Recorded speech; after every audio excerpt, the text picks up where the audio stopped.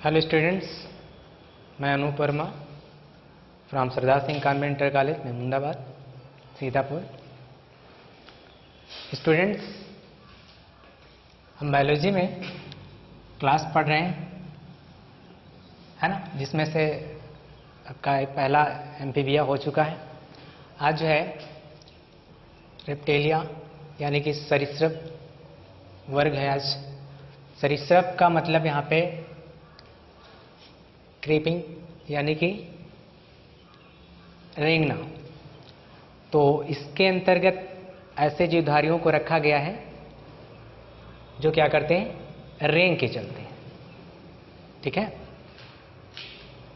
कहने का मतलब एक ये कि वो दीवार पे हो या थल पे हो, कहीं पे हो, तो वो रेंग कर चलेंगे। ठीक है, तो जितने भी रेंगने वाले हमारे जंतु हैं तो वो सब सरीसृप वर्ग में रखे गए हैं। ठीक है, तो सरीसृप का मतलब रेंगना। ठीक है, रेंगने वाले। ठीक है, रेप्टेलिया। तो इसमें से कुछ कॉमन से जो है आपके लक्षण दिए गए हैं, आज हम उन्हीं के बारे में डिस्कस करेंगे। एग्जाम्पल के तौर पे बता दें उनमें कौन से जीवधारी आएंगे, है ना, जिससे आप एक इमेजिन कर सकें कि उसमें किस तरह के जो है लक्षण होते हैं। ठीक है, जैसे छिपकली है, सर्प है, कछुए हैं, मगरमच्छ आदि। तो इस तरह के जो हैं इसके अंतर्गत आने वाले जंतु हैं।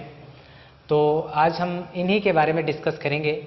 ठीक है, अब यहाँ पे हमने एग्जाम्पल पहले ही बता दिया है, जिससे आपको पता चल जाए, है ना, कि उनके किस प्रकार के लक्षण होते हैं। ठीक है, तो सबसे पहला जो है ये यहाँ पे दिया है, या असमतापी।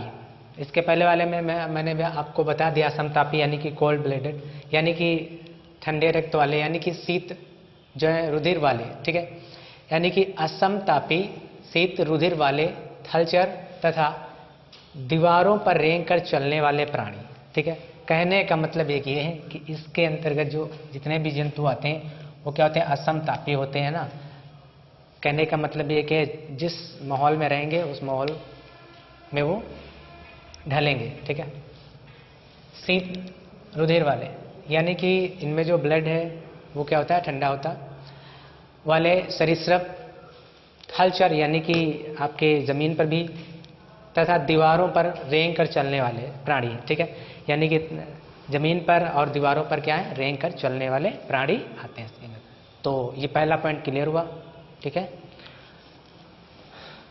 दूसरा जो है, जंतुओं की त्वचा सूखी। ठीक है, यानी कि आपने बहुत सारे वर्ग पढ़े हैं, है ना, फाइलम पढ़े, तो उसमें बताया गया कि इनके शरीर पे जो है श्लेष्म युक्त चिपचिपा पदार्थ होता है, जिससे वो क्या होते हैं, वो इनका जो है इनका बॉडी स्ट्रक्चर जो है क्या होता है, चिकना होता है। लेकिन इसके अंतर्गत जो है क्या, इनकी जो त्वचा होती है वो क्या होती है, सूखी होती है और खुरदरी होती है। ठीक है, खुरदरी होती है। त्वचा पर सल्कों का बाह्य कंकाल होता है। ठीक है, त्वचा पर सल्कों का बाह्य कंकाल होता है। सल्क मतलब होता है एक प्रकार से परत, छोटी छोटी सी परतें। जैसे मान लीजिए ऐसे ऐसे इस तरह से इनके ऊपर जो है एक प्रकार से एक के ऊपर एक, एक के ऊपर जो है परत जैसी संरचना मिलेगी, जिसने आप क्या कहेंगे, सल्क कहेंगे। ठीक है, यानी परत रूपी जो संरचना है वो क्या कहलाएगी, आपकी सल्क कहलाएगी। तो वही बताया गया यहाँ पे कि त्वचा पर सल्क का बाह्य कंकाल होता है, यानी कि इनके ऊपर एक आवरण होता है सल्कों का। ठीक है, सल्क एक प्रकार की त्वचा या परत होती है। ठीक है, तो ये दूसरा पॉइंट क्लियर हुआ। अगला जो है, जंतुओं का शरीर जो है शीर्ष यानी कि सिर भाग में, ग्रीवा गर्दन, धड़ जो ये ग्रीवा यानी कि गर्दन के नीचे का भाग, और पूंछ में बटा होता। कहने का मतलब है कि इनका जो शरीर है वो 4 भागों में बटा होता है। एक तो शीर्ष, ग्रीवा, धड़ और पूंछ, यह 4 भागों में बटा होता है। यह इनकी एक खास विशेषता होती है। ठीक है, तो यह तीसरा पॉइंट हो गया। 2 जोड़ी पाद होते हैं, यानी कि 2 जोड़ी पैर होते हैं इनके। प्रत्येक पाद में नखर युक्त, प्रत्येक पाद में नखर युक्त, नखर का मतलब यहाँ पे नाखून से। ठीक है, यानी 5 उंगलियां होती हैं, उन 5 उंगलियों में क्या होते हैं, नखर होते हैं। क्या होते हैं, नखर, यानी कि नाखून पाए जाते हैं। तो फिर से देख लीजिए, 2 जोड़ी पाद होते हैं, 2 जोड़ी पैर होते हैं, प्रत्येक पाद यानी प्रत्येक पैर में नखर युक्त 5 उंगलियां होती हैं, यानी कि उंगलियों में नखर यानी कि नाखून पाए जाते हैं, यानी कि 5 उंगलियां होती हैं जिनमें क्या होते हैं, नाखून यानी कि नखर पाए जाते हैं। क्लियर हुआ? अगला जो है 5वां पॉइंट है, अंतः कंकाल अस्थियों का बना होता है, यानी बोन्स, हड्डियों का बना होता है, यानी कि इनकी जो आंतरिक संरचना है वो अस्थियों की बनी होती है। ठीक है, यानी कि इसमें हड्डियां पाई जाती हैं। ठीक है, ये इनकी मुख्य विशेषता होती है। ठीक है, अगला जो है श्वसन फेफड़ों द्वारा होता है। अभी इसके पहले आपने बहुत सारे जैसे एम्फीबिया में ही पढ़ा है ना, क्लोम और त्वचा द्वारा, है ना, फेफड़ों द्वारा, विभिन्न टाइप से जो है उसमें बताया गया कि इसमें विभिन्न टाइप से जो है क्या है, श्वसन की क्रिया संपन्न होती है, लेकिन इनमें जो है श्वसन की क्रिया जो है वो फेफड़ों द्वारा होती है। ठीक है, श्वसन की क्रिया किसके द्वारा होती है, फेफड़ों के द्वारा होती है। अगला जो यहाँ पे दिया गया है जनन, जनन बताया गया है, इसमें एक क्लोएका शब्द आता है, ये याद रखें। क्लोएका क्या होता है, जनन छिद्र तथा गुदा मिलकर, यानी कि जनन छिद्र जो है, ठीक है, और गुदा मिलकर, ये दोनों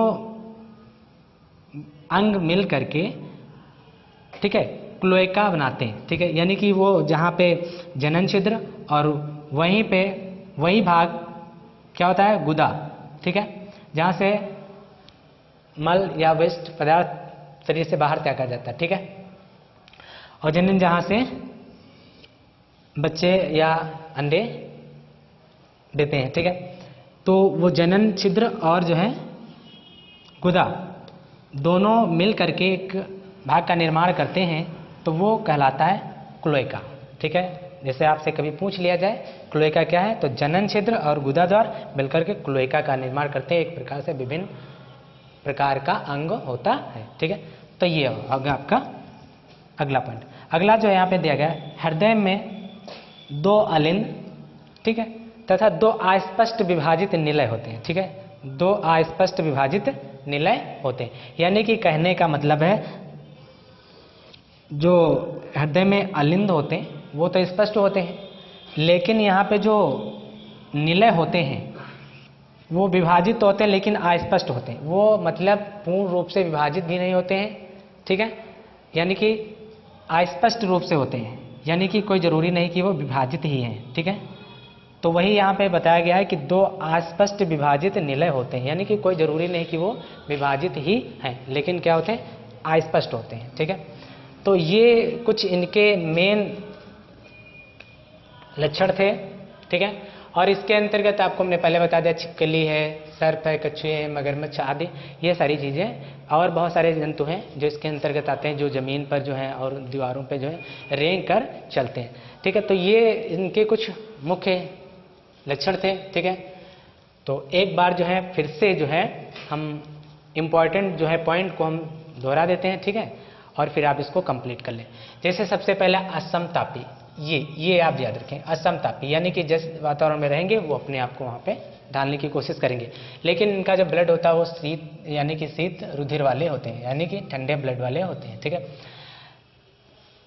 त्वचा जो होती है वो सूखी और खुरदरी होती है। क्या होती है, सूखी और खुरदरी होती है। ठीक है, तीसरा जो है इनका शरीर जो है सिर, ग्रीवा, धड़, पूंछ में बटा होता है, ये इनका जो है तीसरा मेन पॉइंट। ठीक है, और इसमें क्या होते हैं, 5 उंगलियां पाई जाती हैं, प्रत्येक पाद में 5 उंगलियां पाई जाती हैं, और इन्हीं 5 उंगलियों में क्या होते हैं, नखर उपस्थित होते हैं। ठीक है, अंतः कंकाल जो है अस्थियों का बना होता है। क्या किससे बना होता है, अंतः कंकाल अस्थियों का बना होता है। ठीक है, जनन छिद्र और जो है गुदा द्वार मिलकर के जो है क्लोएका का निर्माण करते हैं। ठीक है, और दूसरी बात ये इसमें जो इम्पोर्टेंट है, इसमें जो हृदय में जो अलिंद होते हैं वो तो स्पष्ट होते हैं विभाजित, लेकिन यहाँ पे हृदय में जो अलिंद होते हैं वो स्पष्ट होते हैं, और जो निलय होते हैं वो विभाजित तो होते हैं लेकिन क्या होते हैं, अस्पष्ट होते हैं। निलय क्या होते हैं, अस्पष्ट होते हैं। तो इनके कुछ मेन लक्षण थे। ठीक है, आई होप आपकी समझ में आ गया होगा। तो ये कुछ मेन के लक्षण थे, तो उनको आप कंप्लीट कर लें, याद करें। तो इस जो है क्लास में जो है बस इतना ही, ठीक है। अगले क्लास में अगला, तब तक के लिए धन्यवाद।